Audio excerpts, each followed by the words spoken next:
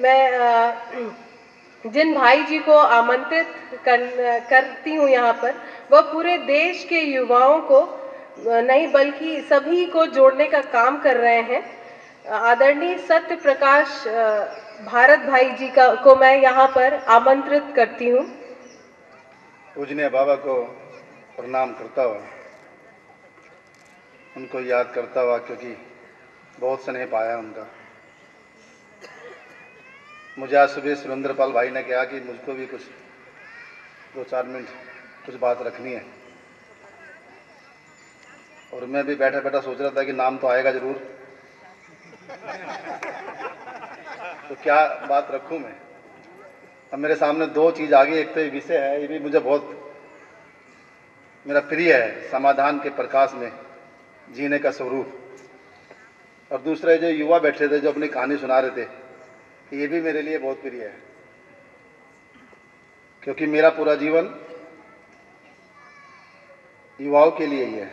युवा माने वो जिसके मन में सवाल हो, जो विद्रोह कर सके, जिनके मन में सवाल हो, जो विद्रोह कर सके, जो हाँ में हाँ ना मिलाए, जो मानने तक ना रुके, जो अपनी समझ पे जीने वाला हो, मैं उसको युवा मानता हूं। और इसलिए मेरे जो बड़े मित्र हैं मुझे कहते हैं तुम टिकते नहीं कहीं। मैं कहता हूं आप में टिकाने की ताकत नहीं है, क्योंकि युवा के मन में सवाल है, आप उसे अपने फ्रेम में डालना चाहते हो, आप उसके सवालों का उत्तर नहीं देते। और जो युवा फ्रेम में ढल गया, मैं उसको युवा नहीं मानता।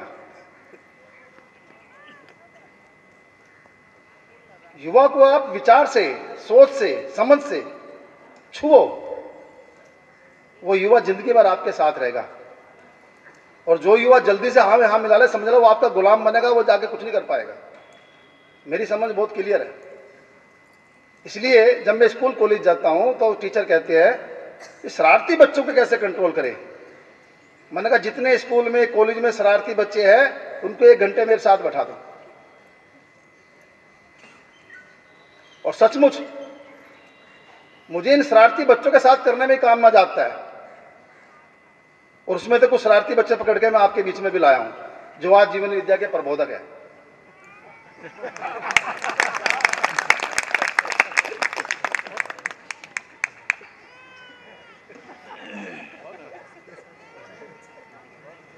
और ऐसे हजारों युवा मेरे पास है, और मैं चाहता हूं उनको जीवन विद्या के साथ जोड़ना, पर ये जीवन विद्या वाले डरते हैं,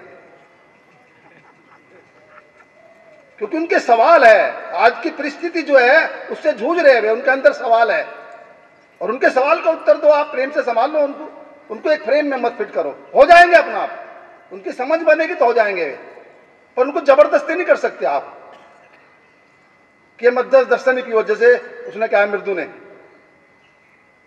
आप प्रस्ताव रखो, आप बात रखो, और बात सही है, जैसे मेरा विश्वास है जीवन विद्या का प्रस्ताव एक सही प्रस्ताव है, और जो सही है वो मानना ही पड़ेगा, उसके सिवा कोई विकल्प नहीं। आज जिस परिस्थिति से युवा गुजर रहा है वो महाभारत के मैदान में खड़ा है, उसकी स्थिति बिल्कुल अर्जुन की तरह है। एक तरफ उसको बचपन से सिखाया क्या जा रहा है कि संसाधनों में ही सुख है, जितनी आपके पास सुविधा होगी उतना आपको सम्मान मिलेगा, उतना आपको सुख मिलेगा, पूरी मान्यता उसकी वो बनाई जा रही है। ऐसे में उस युवा को आप दूसरी तरफ कुछ और पिलाते हो तो उसके सामने द्वंद्व पैदा हो जाता है। उसमें कृष्ण की तरह उसको वर्तमान में कैसे जीना है, क्या सत्य है, क्या आपका रोल होगा, एक वास्तविक धरातल से गुजारो। मेरे घर में मुझे याद है, मेरी भाभी जी यहां बैठी है, एक युवा आया ऐसे ही साइकिल पे चलते चलते 12वीं के बाद, मुझे राष्ट्र के लिए काम करना है, वो कहीं मुझे टकर गया। तो मैंने कहा भाई क्यों? कि मुझे राष्ट्र के लिए काम करना है। मैं क्या पढ़ा? 12वीं क्लास पास की। कहाँ जा रहा? देश को देखना है। मगर उसके बाद क्या करेगा? देश को देखूंगा। ऐसे एक युवा है जिगर भी, यहाँ ये भी मोटरसाइकिल लेकर निकला था। तो मैंने कहा भाई देश को देख ली तो कुछ दिन हमारे साथ रह ले। तो 6-7 दिन हमारे साथ रहा। फिर मैं उसको अपने घर ले आया दिल्ली, 2 साल रखा उसको। अब वो युवा है, कपड़े भिगो देता था, 2 दिन कपड़े बाल्टी में पड़े धोने के लिए। अब मैं 1 दिन 2 दिन देखता, जब मैं होता था मैं धो देता था उसके कपड़े। जब मैं नहीं होता तो माँ तो मेरी धोने से रही या भाभी तो धोने से रही। तो मेरी माँ कहती इन सबको बिगाड़ दे तू, ये कपड़े भी नहीं धो सकते अपने। मैं कहा मेरी माँ ये हमारे बच्चे हैं, कपड़े कौन सी बड़ी बात, अपना आप धो लेंगे, 1-2 बार धो भी तो कौन सी आफत आ गई। आज वो युवा 12वीं क्लास करके आया था, आज वो युवा जीवन विद्या की रोशनी में अपने ढंग से पीएचडी वालों को पढ़ा रहा है। सागर कछुआ उसका नाम है, सुरेंद्र भाई पाठक अच्छी तरह जानते हैं। पीएचडी वालों को पढ़ा रहा है और उसके लेक्चर 2 घंटे मैंने सुना, 1 लेक्चर 2 लेक्चर सुने, क्या बोलता है वो, क्या रखता है बात को। तो मेरा एक तो यही कहना है कि युवाओं के लिए और जो हमारे प्रबोधक है और जो हमारे जीवन विद्या के प्रमुख साथी है कि इन युवाओं को समझो, समझाने से पहले इन युवाओं को समझो, उनकी तड़प तो समझो। घर से निकले हैं, इस व्यवस्था को तोड़ के निकले हैं, कुछ नया खोजना चाह रहे हैं और वो युवा आपके लिए काम के युवा होंगे। तो युवाओं के लिए मुझे सिर्फ इतनी बात कहनी है। 1 मिनट और ले लूं मैं। अब ये समाधान के प्रकाश में जीने का स्वरूप, इसकी मेरी समझ ये बनी है कि जिसने जीवन विद्या को समझ लिया वो प्रतिक्रिया बिल्कुल नहीं करेगा। अगर प्रतिक्रिया है हमारे पास, इसका मतलब अभी हम पठन में है, समझे नहीं है, पढ़ लिया हमने। दूसरी बात, 5 बात कह रहा हूं मैं जो मैं जीवन विद्या को समझाऊं, सिर्फ 1 मिनट से ज्यादा लगेगा। जिसने जीवन विद्या को समझ लिया उसकी निश्चित समझ होगी, बिल्कुल निश्चित समझ, उसकी निश्चित आवश्यकताएं होगी। जैसे बाबा कहते हैं ना इससे ज्यादा और इससे कम में काम चलता नहीं, इससे ज्यादा चाहिए नहीं, बिल्कुल क्लियर है बाबा का सेंटेंस ये। निश्चित आवश्यकताएं होगी बिल्कुल, कि मुझे 100 साल जीना तो इतना ही चाहिए, इससे फालतू अगर भगवान ने मुझे दिया है तो दूसरों को मदद के लिए दिया, सहयोग के लिए दिया, पूरकता के लिए दिया। निश्चित आवश्यकताएं और निश्चित आवश्यकता के बाद निश्चित आचरण। जिसका आचरण निश्चित नहीं है, कथनी करने में भेद है, नहीं प्रभाव पड़ेगा। आप कितने पिलाओ उसे भाषण, कितना भी समझाओ जीवन विद्या, नहीं फर्क पड़ेगा। निश्चित आचरण, और जहां पर निश्चित आचरण होगा वहीं पे विश्वास बनेगा। निश्चित आचरण के बिना विश्वास बन नहीं सकता, और जहां पर विश्वास होगा वहीं ये निरंतर सुख होगा जिसके लिए हम सब तड़प रहे हैं। आप सबने ध्यान से सुना, सबको प्रेम पूर्वक नमस्कार। बहुत बहुत धन्यवाद सत्यप्रकाश भारत भाई जी। आपने जो युवा को समझने का जो राह बताया है वो बहुत ज़रूरी है, क्योंकि हम उनके विद्रोह को, उनकी पीड़ा को नहीं समझ पाते, लेकिन आप समझ पा रहे हैं और सबका प्रयास होना चाहिए उनको समझने का। इसके बाद बच्चों और युवाओं के साथ शिक्षा में कार्यरत आदरणीय अशोक ठाकुर भाई जी को मैं यहाँ पर आमंत्रित करती हूँ। अशोक ठाकुर भाई जी।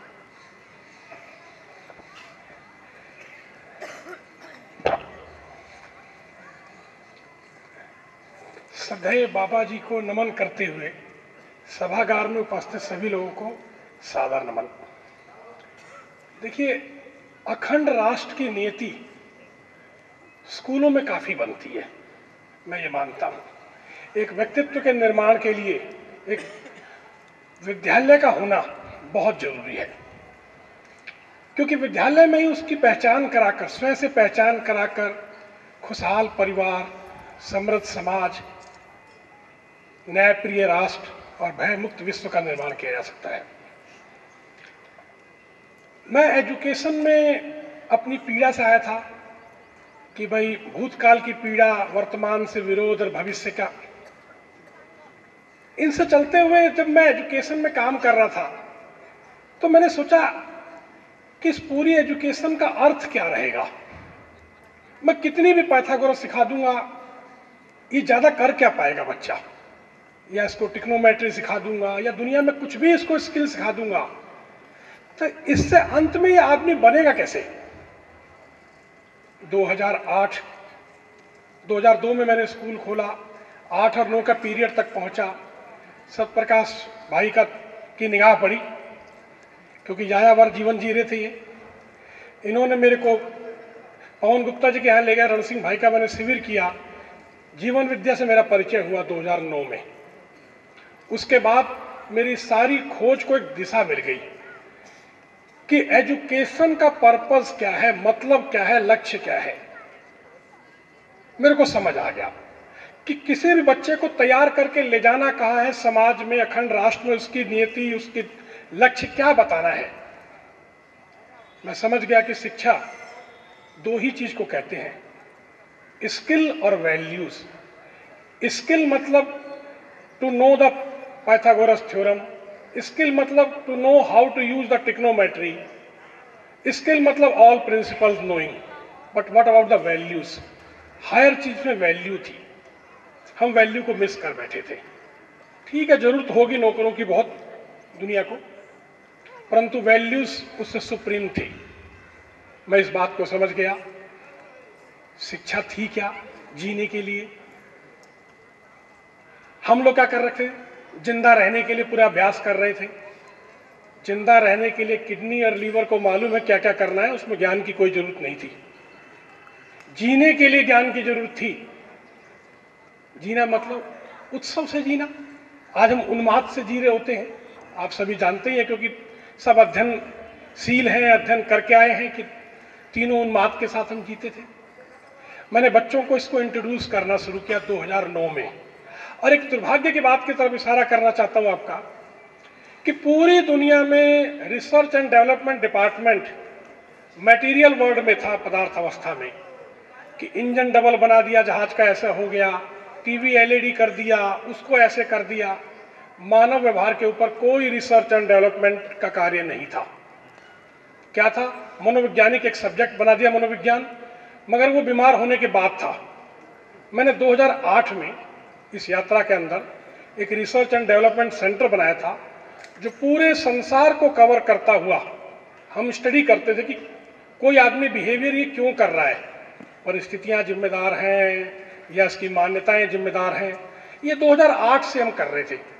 2009 में जब मुझे जीवन विद्या मिली, मैं सच कहता हूं, कृतज्ञ तो हूं सत्यप्रकाश भाई के लिए और पूरे जीवन विद्या के सभी महानुभावों के लिए, और सबसे बड़ा मैं बाबा जी के लिए। मैं अपने परिवार को कहता था कि फोटो खिंचवा लो, कभी ये फोटो ही बहुत महंगी बिकेगी, क्योंकि जिन जिन लोगों ने उनके साथ फोटो खिंचवाई होगी, बाबा जी उस रूप में तो नहीं आएंगे, हम सबके प्रभावित करके चली रहे हैं, मगर सच बताऊं वो क्षण रोमांचित करता है बाबा जी का। मैंने, सोम भाई ने मुझे बताया जल्दी अध्ययन कर लो, मैं टूट पड़ा, क्योंकि फौजी आदमी हूं और दो अलग अलग कॉन्ट्राडिक्ट एरिया से आता हूं। मैं इन्फेंट्री का आदमी हूं, लड़ाकू फौज का, और यहाँ पर एजुकेशन में होता हूँ। मैं टूट पड़ा, अध्ययन किया, लेवल 1 2 सब कुछ करा, समझ थोड़ा कम आया। मैं कई बार गणेश भैया को बोला कि आईआईटी की जगह बाबा जी को फौज में करना चाहिए था कार्यक्रम। फौज में कमांडर साहब ने कह दिया, सब लोग जीवन मान लेते हैं। आप आईआईटी बाबा जी चले गए, इसीलिए लेट हो गया मामला सारा यहाँ आते आते। तो बड़ी दिक्कतें रही, समझ आ गया मेरे को भी। 2-4% मेरे व्यवहार में आ रहा है, अभी पूरा नहीं है, इसलिए मैं ये नहीं कहता कि समझा हूं, पठन हो गया है। मैंने विद्या को स्कूल में, अपने स्कूल में किस तरह इंट्रोड्यूस किया कि बच्चों में हैबिट के रूप में बना दिया कि मैं ही जिम्मेदार हूं, उपयोगिता पूरकता ही तेरा कार्य सम्मान है, संबंध आवश्यकताओं की निश्चिंतता करने के लिए बच्चों को इस काम में लगा दिया। मुझे पेरेंट्स ने कहा कि सर सब कुछ ठीक रहेगा ना, जैसे मैं युवाओं की बातें सुन रहा था, जनक भाई की वाइफ की बात भी सुन रहा था कि दूसरे की अपेक्षाएं पूरी कर दो, उसके बाद जो मर्जी कर लो। मैंने भी यही किया, पेरेंट्स को जो चाहिए था वो पूरा कर दिया। तो पेरेंट्स ने कहा आप जो मर्जी बाबा बनाओ, जो मर्जी बनाओ। इससे पहले अक्सर सवाल पूछते थे मुझसे कि सर ये क्या आप बार बार मानव मानव की बातें करते हो, इनको प्लीज आईएएस बनाना है, पीसीएस बनाना है। मगर जैसे ही उनका ज्ञान मैंने पूरा करा, अब वो कहते हैं मानव बनाओ चाहे बाबा बनाओ, फ्री है छूट। अब मैं आपको बता दूं, पूरी 10वीं तक की एजुकेशन, मंच से 2 साल बोल रहा हूं, मंच उतर के 1 साल बताऊंगा, 1 साल की है सिर्फ पूरी एजुकेशन। अगर जो कैरिकुलम बना रहे हैं और कर रहे हैं, आप एक बार इसका पोस्टमार्टम करिए इस एजुकेशन सिलेबस का, आप हैरान हो जाएंगे कि जिन चैप्टरों को 256-57 पेज पे एनसीईआरटी ने लिखा है, वो मात्र 1.5 मिनट के हैं। पृथ्वी का चैप्टर आप खोलिएगा बुक्स के अंदर अपने, 257 पेज 10वीं तक लगाए गए हैं। 53 या 54 घंटे का टाइम दिया गया है, मात्र इतनी देर का है। तो दोस्तों, इससे क्या हुआ कि बहुत सारी क्रियाओं में यूपीएलसी श्रवण मनन, जो पठन मनन और साक्षात्कार था, इसको मैंने यूपीएलसी में डिजाइन किया। स्वयं का मूल्यांकन, एग्जामिनेशन को स्वयं के मूल्यांकन में किया कि आप समझ गए हो, अगले 5 को समझा दो, अगले पाँच को समझा देंगे। इस तरह क्रियाओं को आगे बढ़ा और बढ़ते बढ़ते ये दौर हुआ कि अब मैं अवार्ड लेने बंद कर चुका हूँ, क्योंकि इतने अवार्ड आते हैं कि मैं भूल जाता हूँ कि मैं कितने लेने हैं। तो धन्यवाद, बहुत बहुत आपने मुझे समय दिया। नमस्कार।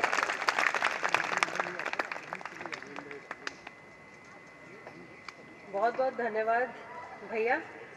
आपकी जो बात है वो बहुत ही जिसमें अखंड राष्ट्र की जो नियति है वो स्कूल में है, जो आपने कहा।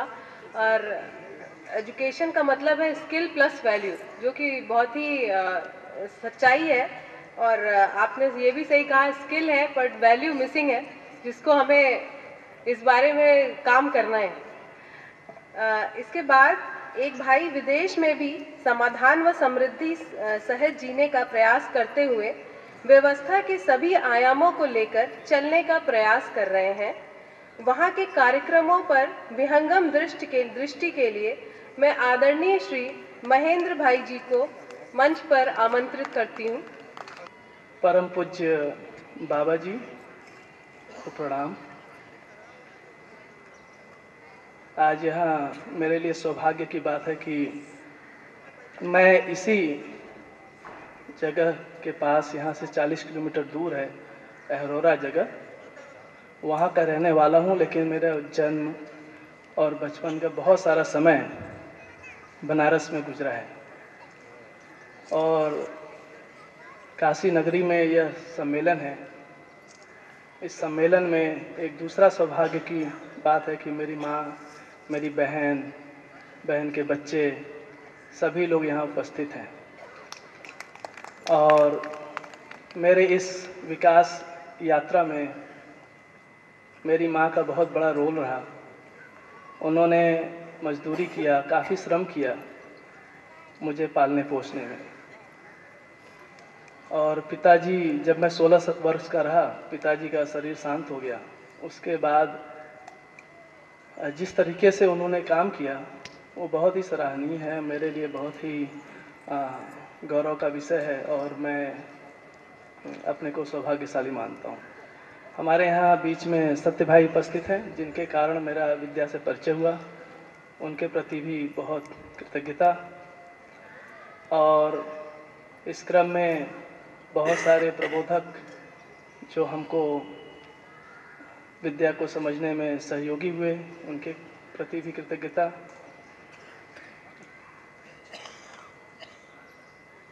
कनाडा में मेरा जाना तो बस संयोग इतना ही है कि मेरी पत्नी कनाडा से है, इसलिए वहाँ जाने का अवसर मिल गया।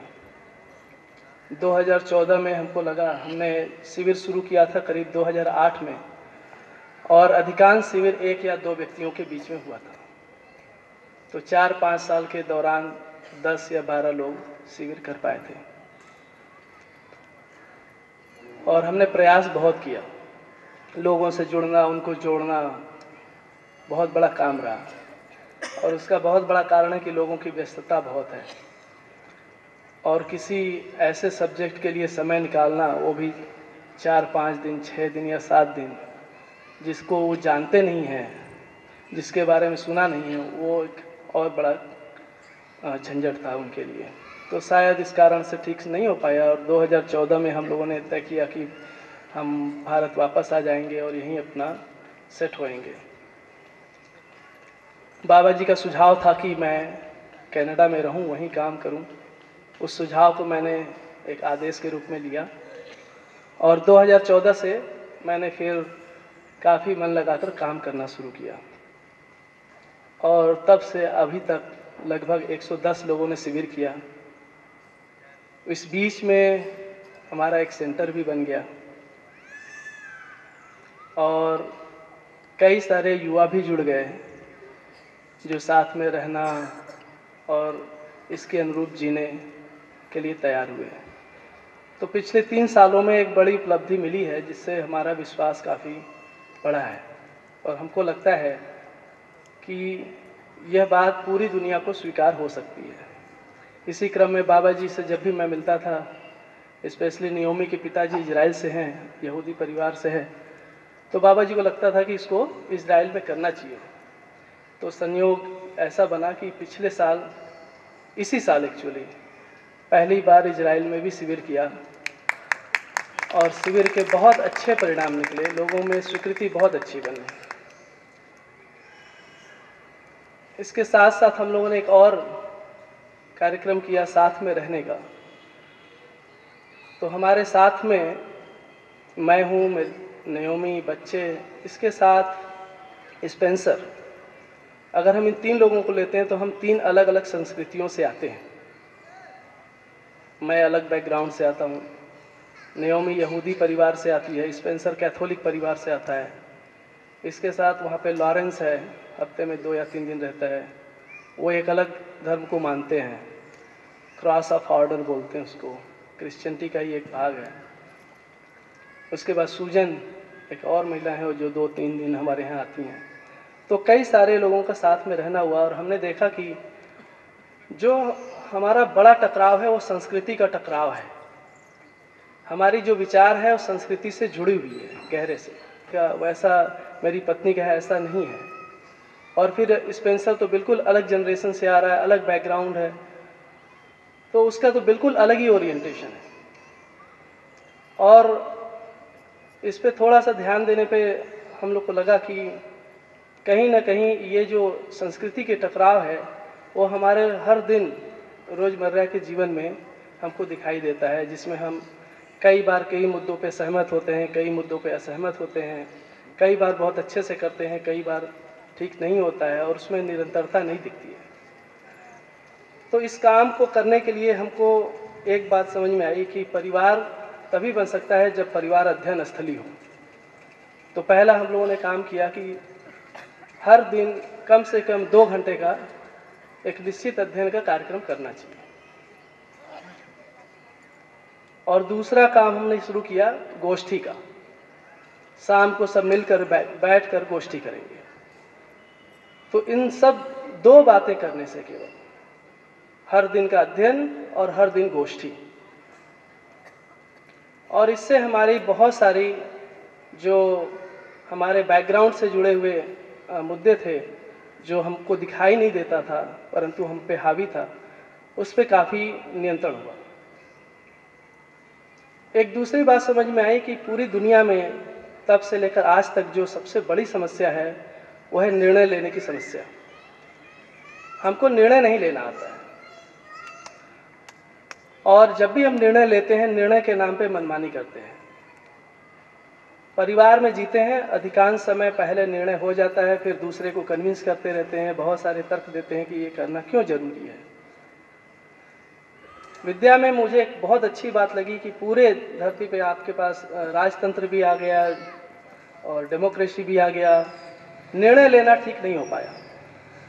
तो निर्णय सभा में होता है और सभा की एक निश्चित संख्या है, परिवार सभा में निर्णय होगा और निर्णय साथ में होगा। इसका कैसे अभ्यास किया जाए, क्योंकि अभ्यास तो यही है कि हम निर्णय लेकर दूसरे को बताना है। तो इसके लिए हम लोगों ने थोड़ा सा प्रयास शुरू किया गोष्ठी के दौरान, और धीरे धीरे इस बात को एक थोड़ा लंबा अभ्यास लगा है उसमें, और अभी हमको लगता है कि एक कॉन्फिडेंस आ रहा है कि हम अगर साथ में निर्णय लेते हैं तो उससे जो रिजल्ट आएगा बहुत ही अलग होगा, और हम स्वयं में निर्णय लेते हैं तो उसके रिजल्ट बहुत अलग है। और परिवार में जो उत्सवशीलता है वो उससे बनती है जब हम साथ में निर्णय लेते हैं। यदि हम साथ में निर्णय लेते हैं तो जो भी निर्णय हुए हैं उसमें हम सभी की सम्मिलित भागीदारी है निर्णय को एग्जीक्यूट करने में, और उसके फल परिणाम में भी हमारी भागीदारी रहती है। तो ये एक दूसरा कार्यक्रम हमने अपने सेंटर पे शुरू किया, और धीरे धीरे व्यवस्था के प्रति हमारा विश्वास बढ़ा है। हमको लगता है कि धरती पे एक सुंदर व्यवस्था खड़ी हो सकती है, और उसका बहुत बड़ा आधार है साथ में निर्णय लेने की प्रक्रिया को इस्टेब्लिश करने का। तीसरी बात समझ में आई कि हम संबंध, अभी चर्चा हो रही थी, हम कल अंकित भाई से कह रहे थे कि ये प्लेटफॉर्म बनाना चाहिए जिसमें जो लोग युवा हैं उनको शादी आगे करनी है, तो उसके लिए बहुत समय से मैं सोच रहा हूँ। तो पता चला अभी बहुत सारे लोग ऐसे सोच रहे हैं, ऐसे ही होता है। तो तीसरी एक बात समझ में आई कि आज पूरी दुनिया में जो अव्यवस्था है, पूरी दुनिया में उसके विषय में एक सोच चल रही है। और एक दूसरा रिसर्च आपको पता ही होगा, हार्वर्ड में वो रिसर्च हुआ था जिसमें ये माना गया कि मनुष्य के सुखी और स्वस्थ रहने का एकमात्र फैक्टर जो है वो है संबंध। अच्छे संबंध से ही मनुष्य सुखी होता है, अच्छे संबंध से स्वस्थ रहता है। तो ऐसी बहुत सारी रिसर्च भी आ रही हैं जिसमें व्यवस्था, संबंध और शिक्षा के महत्व को काफ़ी अच्छे से इस्टेब्लिश करते जा रहे हैं लोग। तो उस अर्थ में हम लोग को भी लगा कि इस पे कुछ काम करना चाहिए। तो हमारा और नयोमी का जो संबंध है, हमको लगता है कि हम काफ़ी उसमें एक सम्मानजनक स्थिति में पहुँचे हैं। और उसके पीछे जो रीज़न है, हमको लगता है कि संबंध का सारा आधार है 10 सोपानी व्यवस्था। अगर हम 10 सोपानी व्यवस्था के अर्थ में अपने संबंध को देख पाते हैं, अपनी पूरकता को पहचान पाते हैं, तो हमको लगता है कि आपके संबंध बहुत अच्छे हो सकते हैं। और निर्णय, उस संबंध में 2 भाग है, एक तो निर्णय लेना, दूसरा पालन करना। निर्णय लेने के अर्थ में हम लोगों ने ये निष्कर्ष निकाला कि जो बाबा जी के निर्णय हैं, जीव चेतना में रहते हुए कोई कार्यक्रम ठीक होता नहीं है और मानव चेतना में हर काम सही होता है। तो बाबा जी ने कुछ निर्णय ले रखे हैं, उसके पीछे कुछ निष्कर्ष हैं। कैसे हम उन निर्णयों को अपना निर्णय बनाएं, कैसे उन निष्कर्षों को अपना निष्कर्ष बनाएं, और उस पर हम काम कर रहे हैं। तो धीरे धीरे इन सारी प्रक्रियाओं से हमारा देखने को मिला है कि पश्चिम के देशों में भी इसकी स्वीकार्यता बढ़ी है और हमें पूरा भरोसा है कि आगे हम इसको कर पाएंगे। और उसका 1-2 उदाहरण देता हूँ। एक तो जीवन विद्या शिविर में वहाँ के जो रहने वाले हैं, यूरोपियन, अमेरिकन, कैनेडियन, उनमें अच्छा स्वीकृति देखने को मिला है। और उसी का फल है कि हमारे पास एक सेंटर है। उस सेंटर को जो देने वाले व्यक्ति हैं वहाँ वो अमेरिका के रहने वाले हैं, वहाँ के न्यूरो साइंस के अच्छे विद्वान हैं, साइंटिस्ट हैं। और साथ में जो हमारे साथ लगकर काम करने वाले हैं सभी वहीं के हैं। तो इस जीवन विद्या कार्यक्रम को लेकर हमको काफ़ी आश्वस्ति बनी है। दूसरा है, एक आश्वस्ति का कारण शिक्षा के मानवीकरण को लेकर हम लोगों ने कुछ प्रयास किया। उसमें ये दिखा कि शिक्षा जब भी होगा एक व्यवस्था के ढांचे में ही होगा, शिक्षा अलग से नहीं हो सकती है। स्कूलों में शिक्षा एक बात है, व्यवस्था के ढांचे में होना शिक्षा अलग है।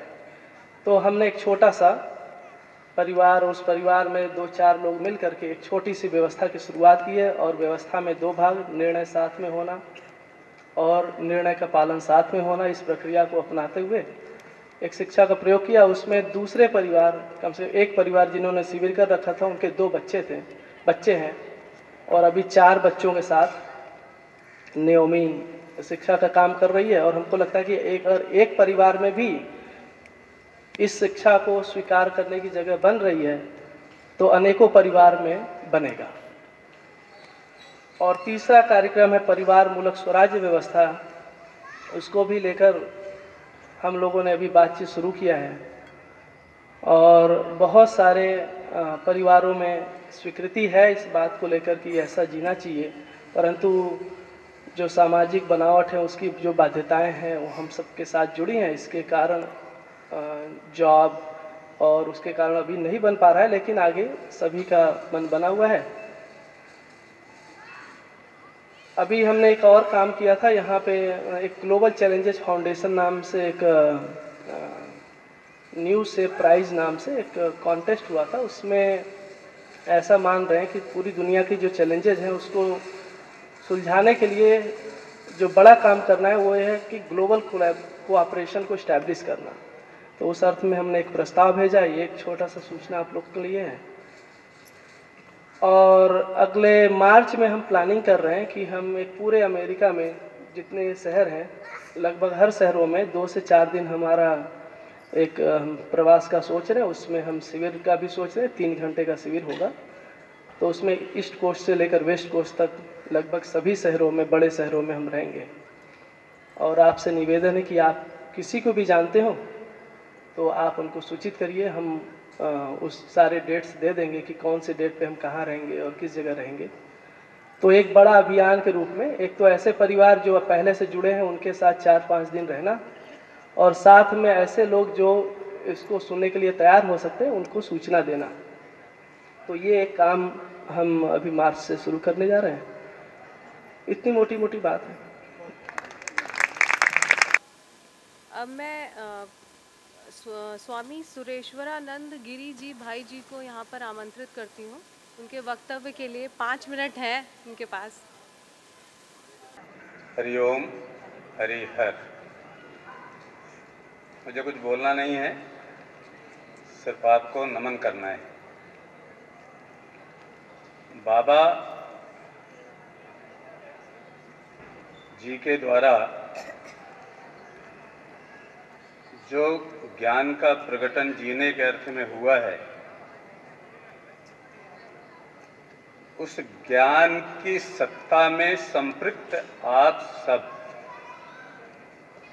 डूबे भीगे घिरे, बाबा के ज्ञान में डूबे भीगे घिरे, आप सबको नमन, वंदन।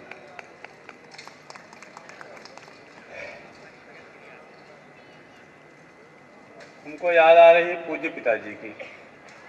तो 14 साल की उम्र से लेकर 20 साल तक महात्मा गांधी के साथ में रहे बाल्यावस्था में। फिर 20 साल में जब प्रौढ़ हो गए तो झंडा ऊंचा रहे हमारा लेकर के विंध्य क्षेत्र में आए और सारी जिंदगी उस पर काम किया। उन्होंने एक बात बताई थी। बोले, बेटे, देश स्वतंत्र होने के बाद बापू एक दिन दुखी बैठे हुए थे, चिंतनशील बैठे हुए थे। लोगों ने पूछा, बापू अब तो देश स्वतंत्र हो गया, खुशहाली मनाइए। बापू ने कहा, अभी देश स्वतंत्र नहीं हुआ, और यदि हो गया है तो बहुत जल्दी हो गया है, थोड़ी और टाइम लगना है। क्यों क्यों क्यों? सिर्फ इसलिए कि अभी लड़ने वालों ने देश को स्वतंत्र किया है, अभी संभालने वाले कोई है नहीं। कौन संभालेगा इस देश को? लड़ने वाले राज्य करेंगे, कुर्सी के लिए लड़ते रहेंगे। आज आपके सामने प्रस्तुत है। उसी समय पर यह हुआ था कि आदमी बनाने का कोई काम किया जाए। बहुत लोगों ने ऐसा कहा है। हमने इंजीनियर बना डाले, हमने डॉक्टर बना डाले, हमने वैज्ञानिक बना डाले, हमने प्रोफेसर बना डाले, हमने बड़े बड़े विद्यालय, गुरुकुल और विश्वविद्यालय बना डाले। आदमी बनाने का कोई काम अब तक नहीं हुआ। क्या किया जाए? उस समय पर एक दौड़ आया था कि देश में आदमी बनाने का भी काम शुरू किया जाए, और वो काम परम पूजनीय मदन मोहन मालवीय जी ने ऐसा ही कुछ सोचा होगा, और उन्होंने इस स्थान की शुरुआत किया जहां आदमी बनाए जाएंगे।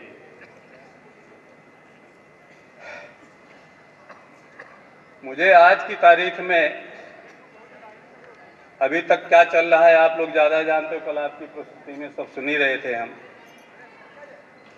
लेकिन अब ये लगता है कि आज का दिन, ये इस कार्यक्रम का दिन जो है, यहाँ आदमी बनाने का कार्यक्रम का एडमिशन हमारा आपका सबका हो चुका है। बनारस विश्वविद्यालय में आदमी बनाने का जो कार्यक्रम है वो अब यहाँ शुरू हो चुका है, और हम लोग उसमें एडमिशन ले चुके हैं। और ये काम परमादरणीय राजीव सांगल जी के रूप में, मैं तो उनको मदन मोहन मालवीय जी के रूप में देख रहा हूँ। आज उनका जन्मदिन भी है,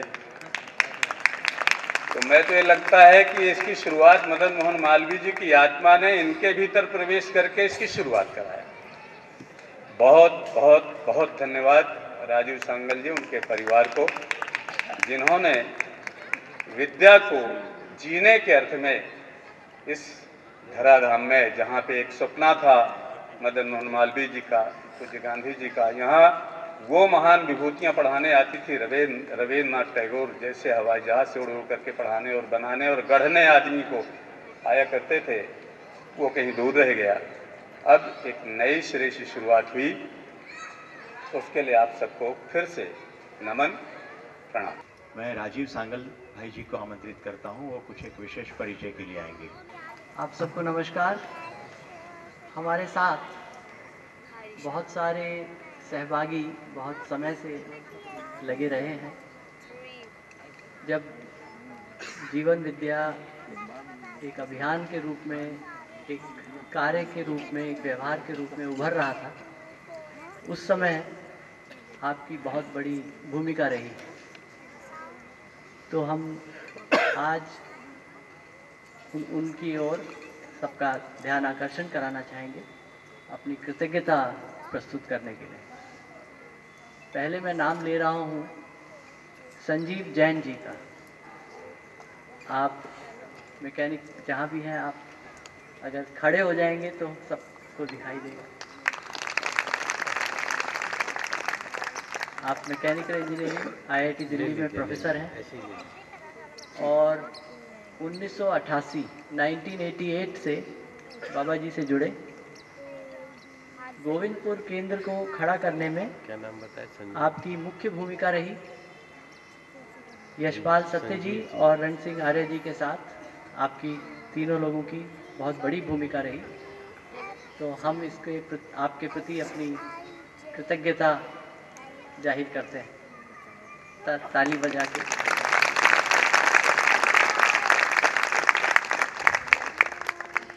दूसरी और अमरनाथ भाई जहाँ भी हो, अगर खड़े हो जाए।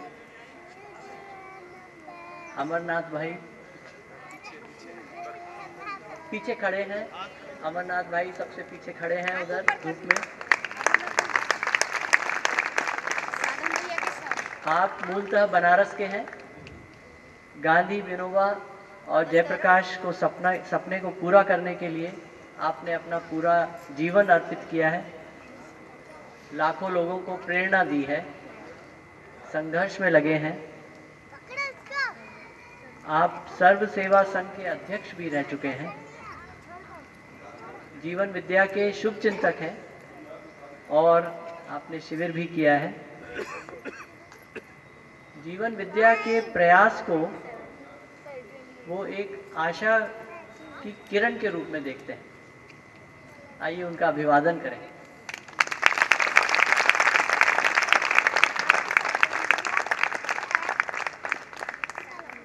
भारत भूषण त्यागी जी,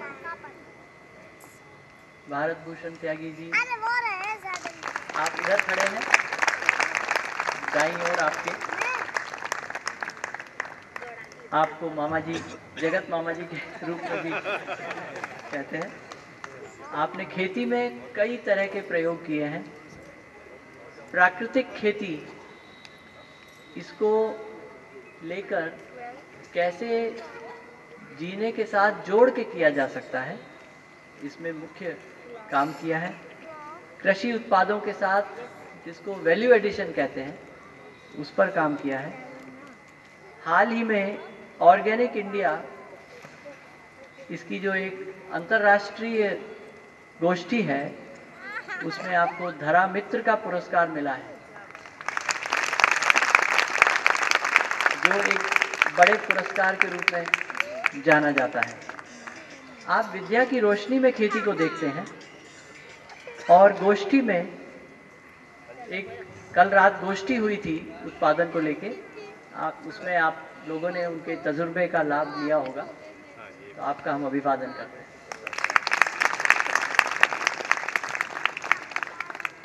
प्रेम सिंह बांदा,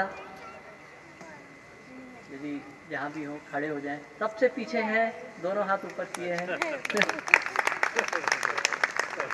अपेक्षाकृत युवा, शुरुआती दौर से बाबा से जुड़े हैं। खेती को दर्शन से जोड़कर देखते हैं और जगह जगह जाकर, अंतर्राष्ट्रीय गोष्ठियों में, विदेश में भी जाकर बात रखते हैं। विदेशों से भी बहुत लोग इनके यहाँ आकर खेती सीखते हैं। इनका अभिनंदन। धन्यवाद। धन्यवाद।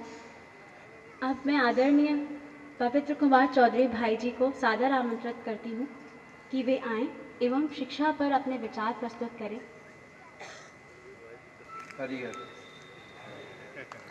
उपस्थित समस्त सज्जनों को मेरा अभिमान है। आपने मुझे मौका दिया, उसके लिए मैं अपना आभार प्रकट करता हूँ।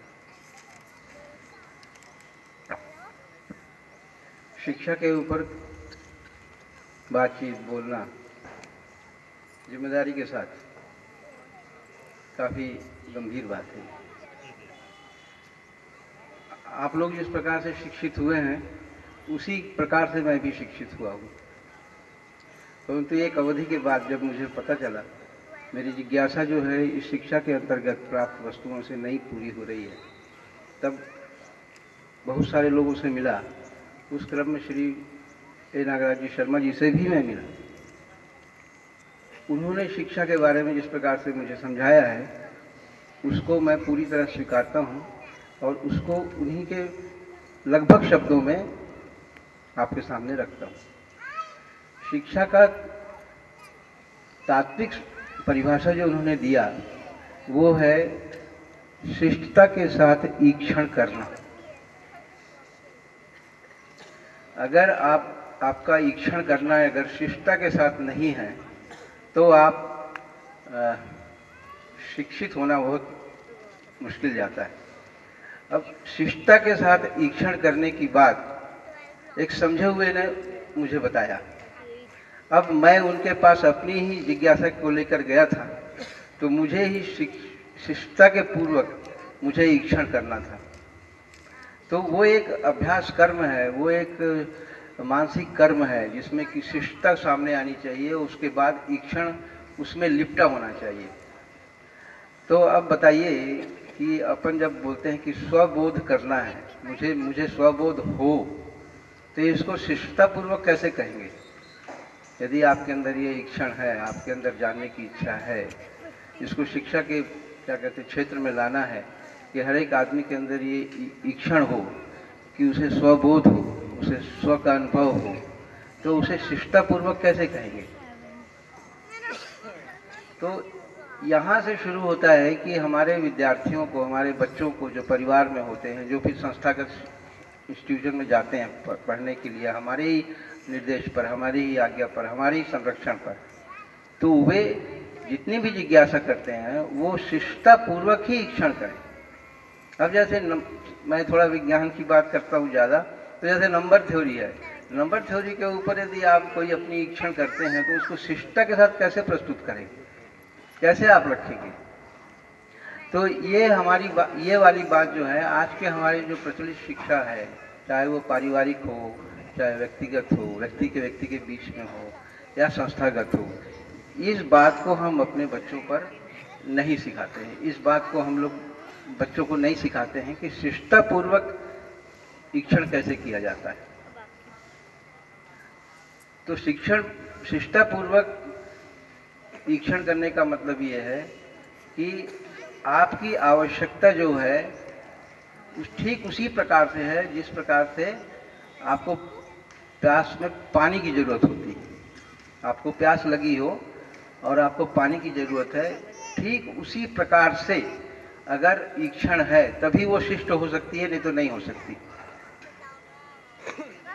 अब आप अपने में जांच लें कि आपके अंदर में जो भी जानने की इच्छा है, जो भी समझने की इच्छा है, जो भी समझना चाहते हैं, चाहे वो स्वयं से उद्गमित हुआ हो या किसी के द्वारा, वो शिष्टतापूर्वक उस व्यक्ति के सामने जा रहा है कि नहीं, जिस व्यक्ति के साथ आप समझते हैं कि ये हमें उस तरफ ध्यानाकर्षण कराएगा या हमें उस तरफ समझाएगा, उसको समझाएगा। तो शिष्टतापूर्वक अपने ईक्षण की जो बात है उसको जब तक अपने अंदर नहीं स्थापित करेंगे तब तक वो मुश्किल जाता है। तो ये एक अभ्यास है, ये एक समझ है जिसको आपके अंदर में स्वभाव के रूप में लाना पड़ेगा, तभी आप जिज्ञासु के रूप में स्पष्ट हो पाएंगे। अदरवाइज आप जानने की कोशिश तो है पर जिज्ञासु नहीं है आप। और जीवन से संबंधित बातों के लिए जिज्ञासा बहुत गंभीर बात है। अब इसको कैसे अपन इसको एक नमूने के रूप में, जिससे कि हम अपने बच्चों को ध्यानाकर्षण करा करके उसको रख सकें, ये एक टीम वर्क है, ये इंडिविजुअल वर्क नहीं है। नहीं तो अगर पूजनीय बाबा उसको दे दिए होते, उसका मॉडल हमारे और आपके सामने होता। उन्होंने उसके लिए कॉन्सेप्ट हमारे पास दिया हुआ है, शिष्टता का कॉन्सेप्ट है, इच्छा, जानने की इच्छा, इसका कॉन्सेप्ट है, परंतु उसका वो नमूना हमारे पास अभी नहीं है। दर्शन में उसके सारे संकेत हैं, साहित्य में वो सारे संकेत हैं, परंतु उनको पिरो करके एक मॉडल बनाए, ये एक टीम वर्क है। और उस टीम वर्क में काम करने के लिए हमारी तैयारी कैसी है, ये अभी जांचने की बात है। सबसे बुनियादी बात ये है। उसके बाद एक बहन ने कुछ कहा था कि शिक्षा में 5 लोगों का कि शिक्षा वस्तु, अभिभावक, शिक्षक, विद्यार्थी, इन सारे अवयवों का जो है वो समन्वय स्थिति जो है शिक्षा में आनी चाहिए, तब जाके शिक्षा पूर्ण होगी। तो ये तो कार्यविधि है, परंतु उसके पहले आपके दिमाग में वो मॉडल हो कि हम इस बात को कहने में कैसे कहेंगे, क्योंकि क्रिया से आपका ध्यान बटे, क्रिया से आपका ध्यान केंद्रित हो शिक्षा की ओर, आपकी जिज्ञासा जानने की ओर, वो विधा जो है अभी हमारे सामने नहीं है। इसीलिए हमारे पास इतने सारे शब्दों का, इतने बड़े बड़े ग्रंथों का जरूरत हो चुका है। बिना शब्द से हमारा ध्यान जो है उस तरफ जाता ही नहीं। तो अभ्यास दर्शन में सारा अभ्यास दर्शन का आधा हिस्सा जो है सिर्फ इसी बात को समझाने के लिए है कि आपको समझने के लिए स्वयं से आपका ध्यान उस तरफ जाना चाहिए। हमारा ध्यान हमेशा साहित्य पर, शब्दों के सहारे जाता है। अभी तक हम अपने अंदर में वो तैयारी नहीं कर पाए हैं कि हमारा ध्यान स्वयं से हमारी जानने की वस्तु की ओर जाए। तो ये सब बातें एक टीम वर्क है। इसमें हम लोगों को जो समर्पित लोग हैं वो सब इकट्ठा होकर के उसको बनाए, तब जाकर के हम शिक्षा व्यवस्था में कुछ मौलिक चीज़ जो दर्शन से आधारित है, जो अस्तित्व में स्पष्ट है, वो हम दे सकेंगे। धन्यवाद। हरिहर।